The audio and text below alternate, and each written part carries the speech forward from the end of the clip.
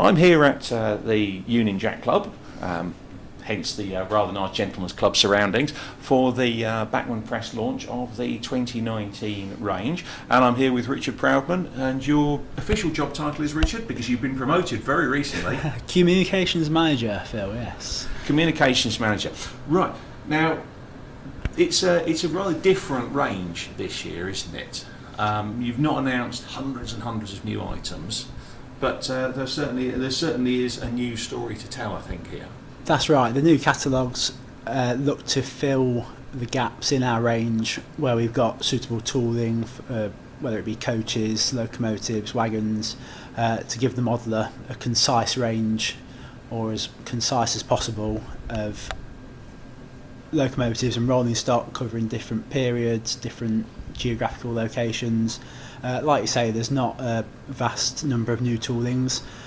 We've still got lots of exciting projects in the works which are going to come to fruition over the next 12 months, next 18 months. So we're concentrating on filling the gaps, giving a complete range whilst we're still working in the background. And taking the opportunity, I think, to re-livery and bring back a few of the popular items. That's Because right. there were several you said are backed by popular demand. Yeah. It's not a case of just a new item. We'll only buy something new and then we'll never ever buy it again. So there's still a reasonable range of re-liveries and reintroductions into the range, I think. That's right. We've got tooling for some variants of certain models which we've probably never run before, and it's looking back at what tooling we have, because when the tooling's produced we look at different variants, different detail differences, but a lot of the time they're not all needed on the first run of models or all incorporated. So it's really filling gaps using the full depth of tooling that we have, like I say, repeating popular models but with maybe a different chimney or different facilities of sound, because I mean the one thing that really came out of this is sound is becoming a big thing. It certainly is, yeah, and we've had a lot of requests where people have wanted a certain model but they've wanted it with sound, and on the flip side we've had people wanting a certain model which we've only supplied with sound but they don't use sound. The beauty of our sound products is that anything with sound will run on your analog layout and give you a range of synchronized authentic sounds, adding that extra dimension even without the added DCC control.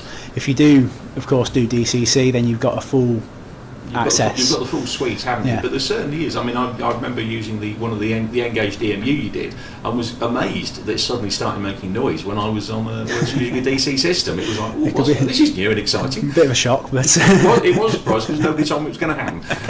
But I mean, just in pure numbers, there are you're bringing out hundreds of models in a year. That's right. Yeah, we're looking to the new catalogues add 475 unique item numbers to our branch line, Farish and Syncraft ranges. Which doesn't sound like a quiet year, if I'm honest. Doesn't. So that's plenty of holes filled. We've looked on the sound feature to offer models, like I say, with or without sound fitted, so the same livery, same room number, same, all told the same model, but you have the option of with or without sound. So each time you do that, you've got two new items effectively. So but even that if you number said that, looks we're quite still high. looking at 200 odd models. So effectively one a day. Yeah, certainly. We've got an ambitious programme, while still remembering that there's a lot of tooling in development for things like the 94XX, the 158 that's not out yet. So they're all coming through as well. And you've been giving us some dates on certainly the 158. I think it's third quarter of this year. Yeah, third, fourth quarter on a lot of the DMUs that are in development. Coming out more. So essentially, what we're saying is, save your, it's an opportunity to start saving for post-summer, and that's it. Save your money, folks. You're going to need it later on in the year. Pounds in the pot each week, and you'll have some nice new trains at the end of the year, hopefully. Yeah, I mean, certainly looking forward to the 158 and the Crane is due out this year as well. That's right. We're expecting to see. We're also expecting to see EPs in March-ish of a couple of big. Well, that's it. Your bash, the London Festival of Railway Modelling. We're hoping to have the 94XX engineering prototypes along with the Midland 1P. So there's some progress being made throughout the different development stages. Other models are going to the CAD stage. Other models which we've not announced yet are joining the process. So there's going to be a continual stream of new releases, and going forward, new announcements as and when the time's right. And we're a bit further down the development track with those models. I mean, you have had some problems in the last 12 months with factories.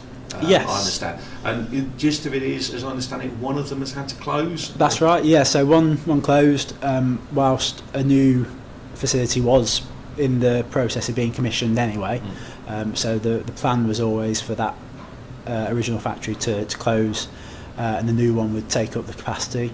The timing was brought forward a little, which was outside of Caden's control.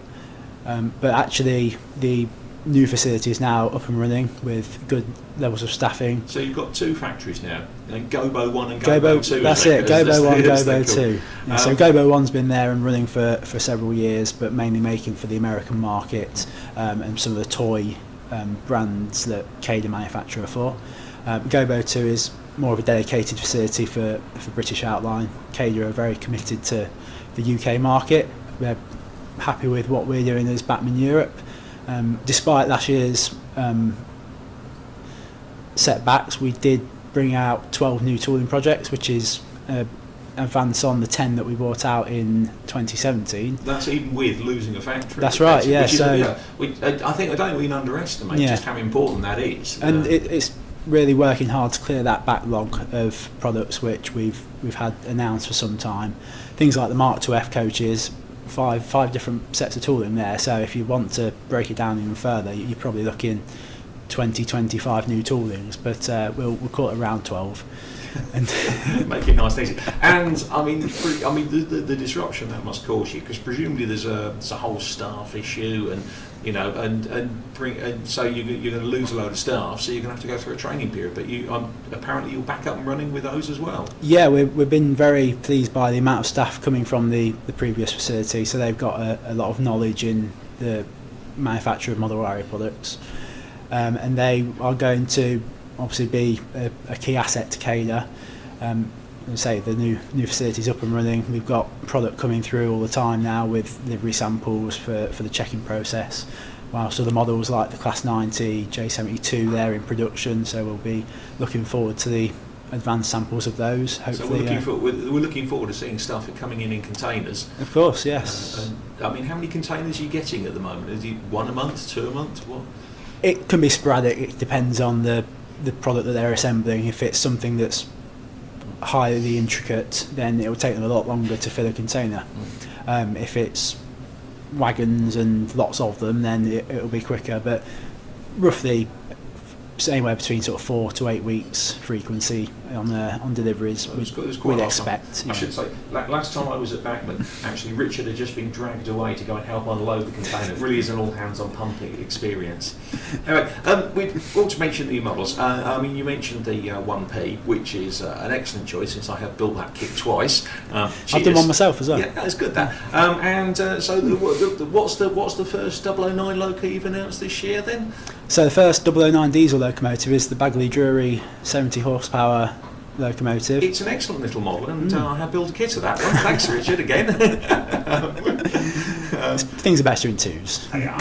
It's a good choice in many ways, because you've got the Baldwin's coming out in more liveries. That's right, with sound fitted as well on that one. And that's going to actually be sound fitted from one of those will be sound fitted with a Next 18 sound decoder. But if you want to put your own in, they've all got a speaker fitted for ease of conversion there for you. Okay, so this is going to be the first diesel in the 009 range. That's right, which presumably it's a very simple prototype. Hopefully that shouldn't be too painful to develop. No, hopefully not. But be very useful for people with with the appropriate layouts. And then there is wagons to back this up as well. That's right. So we see the Baldwin and the WD bogie wagons as a bit of a complete collection from sort of your World War I period, and this is more of a modern equivalent with the Bagley Drury shunter, and the wagons effectively were built for the RNAD, the Royal Naval Armaments Depot. So they all operated together, and which is great for rail preservation. A lot of them were saved.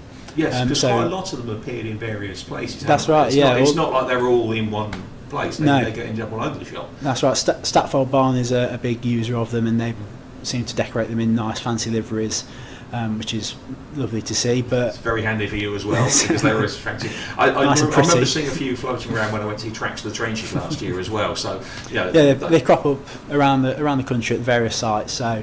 Hopefully it's going to be popular with the narrow gauge modelers. Right. And in Double O, I think we've got some high capacity coal wagons, haven't we? That's right, yeah. It's a development of some existing tooling, the HKA model.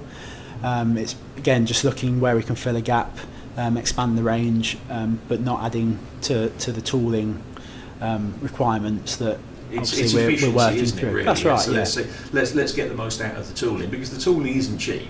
I mean, this is the killer nowadays. Is the tooling isn't cheap, and I mean, costs have to be mentioned, of course. Yeah. But I believe we're not looking at any significant increases this year. No, there's obviously pricing is specific to each model. There are some increases on certain items, but there's no across the board increase. Some items have come down in price, where we've been able to make efficiencies or savings on those. So. Anything that we can do to help, we will pass on. But ultimately, Bachmann is a all-encompassing, sustainable company which has many arms. We've got our service department looking after consumers once they purchase the models. We've got our showcases looking after trade customers, which are going on over the next week or two. We've got our roadshow team going out and seeing consumers on the road, supporting shows, preservation sites, and again supporting our retailers at those events. So it's really there's an awful lot going on.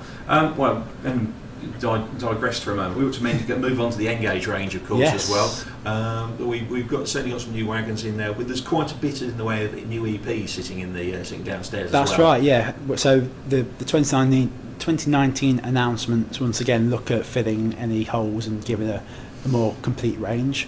And we've got the Parrot wagon, for example, which has gone from 4mm to that's 2mm. right. So looking to use that work that's been done to develop the 4mm model down to 2mm. The HKA also is coming into the Forest range. That's in EP form downstairs. The Stanier 8F, that's been there's several variants of that. Highly anticipated by a lot of N-scale modelers, so we're looking forward to that hopefully arriving later this year. So it's going to be a good year for N-scale. And then I think. Finally, I think we have to go on to the Seamcraft, where I'm seeing a lot of new stuff. That's right, yeah. So again, with the complete range that we try to offer, you've got a lot of narrow gauge there to support the narrow gauge modelers. Nice Welsh slate theme this year, which will go very well with the quarry Hunsets that are currently in development. And then for your branch line modelers, you've got several additions to the accessory ranges, which are great little things. You can really bring a scene to life with whether it's you can do a lot with them. There's a lot of modelling in it. But I'll be honest, I noticed there's also several things come back into the Seamcraft range as well. That's right. I mean, the diesel fueling point is just a stunning model, and I believe that's been gone for a while. Yeah. So the opportunity's been taken to bring some of those back. Yeah. So again, is that demand, or is it just we've got the tools, we've got to use them? It's more demand based. There's not so much in resin moulding their soft moulds. There's not a tool per se. Right, so it's really people. I mean, these tend to be very limited editions, don't they? So it's a case of that once they're gone, they're gone. Yeah. And if they are coming back, some of them. To do another run, you need to do another set of moulds, or many sets of moulds, in fact. So rather than repeating the same things twice, normally it makes sense to look at new subjects. And vary the range, but where there's been high demand for specific buildings and structures, then of course it makes sense and will hopefully please a lot of consumers when we bring them back out. So that's brilliant. Well, thanks very much for your time. I know there's a room full of traders downstairs who want your attention as well. So thanks for taking time to have a chat with us. No problem. Thanks, Phil.